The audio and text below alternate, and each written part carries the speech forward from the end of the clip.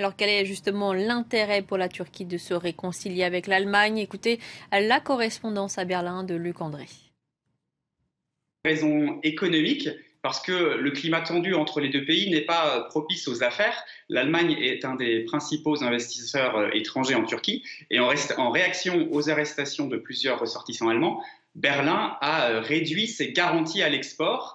Elle les a réduits à hauteur de 1,5 milliard d'euros.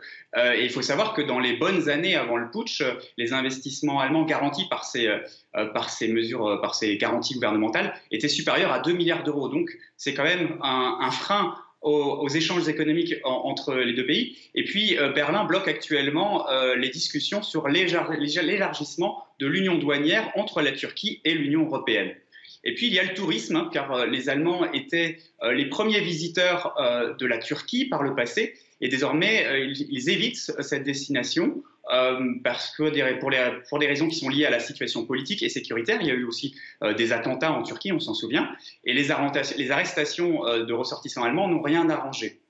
Du coup, la Turquie doit faire une offensive de charme pour faire revenir les Allemands. Et le ministre des Affaires étrangères turc a lancé un appel particulier, et pas tout à fait au hasard, aux touristes allemands, car il est élu d'Antalya, une station balnéaire qui est très prisée par les vacanciers outre-Rhin.